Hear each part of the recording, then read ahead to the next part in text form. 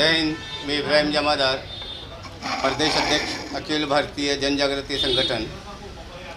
आज महाराष्ट्र राज्य वक्फ मंडळाचे चेअरमॅन वजाहत मिर्जा हे सोलापुरात आले होते। त्यांच्या विविध ठिकाणी कार्यक्रम होते। जमियत उलमा हिंदने सर्व सामाजिक संघटनाचे कार्यकर्ता आणि सुज्ञ नागरिकांना आपल्या समाजातील वक्फ मिळकतीबाबतची समस्या मांडण्याकरिता आमंत्रित केले होते।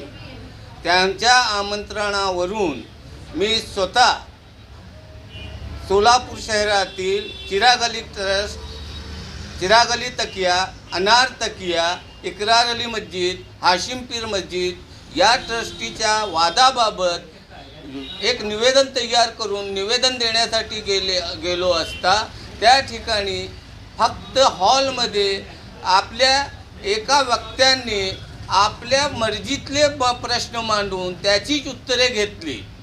सदर प्रश्न मांडताना आणि उत्तरे वजाहत मिर्जा साहेब उत्तरे देताना कोणत्याही पत्रकारांना तेथील चाललेल्या कार्यक्रमाचे छायाचित्रण करून दिले नाही।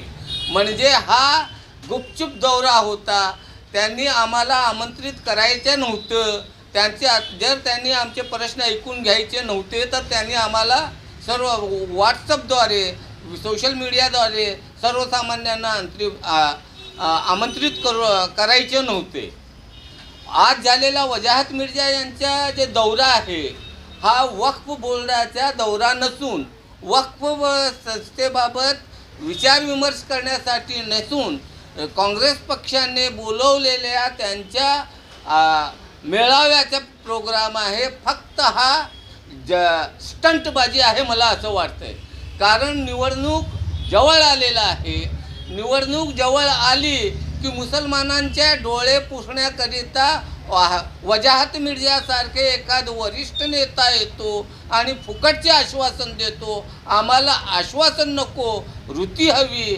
जोपर्यंत आमचे जे येथील मुस्लिम समाजाचे प्रश्न, वक्फ मंडळाचे प्रश्न लवकर सुटत नाही तोपर्यंत मुस्लिम समाज आता अशा पक्षांच्या मेळाव्याला भीक घालणार नाही, हे लक्षात ठेवावे। आणि महत्त्वाचं म्हणजे जे प्रश्न आम्ही उपस्थित करणार होतो त्यांच्या हलगर्जीपणामुळे, म्हणजे त्यांच्या कार्यक्रम संपल्यानंतर वजाहत मिर्जांना एका रूममध्ये बसवून शटर बंद करून सर्वांना जे बोलण्याची पद्धत होती कार्यकर्त्यांची ती चुकीची होती। त्याचा आम्ही निषेध करतो। आम्ही त्यांना निवेदनही दिलेलं नाही, निवेदन परत आणलेलं आहे। कारण असल्या गर्दी असताना सर्वसामान्यांना न भेटता चापलूस कार्यकर्त्यांना भेटून जाणे हे योग्य नाही। हे पण मी मिर्जा साहेबांना ठणकावून सांगतो, यापुढे असं करू नका। सर्वसामान्यांचे प्रश्न अगोदर ऐकून घ्या, नंतर तुम्ही तुमच्या कार्यकर्त्यांची मीटिंग घ्या। कारण सर्वसामान्य नागरिकच तुम्हाला मत देतो, हे लक्षात ठेवावे। इतकेच सांगतो, थांबतो। जय हिंद, जय महाराष्ट्र। आपल्या शहरातील ताज्या घडामोडी पाहण्यासाठी हल्ला बोल भारत न्यूजला सबस्क्राईब करा आणि बेल आयकॉन प्रेस करा।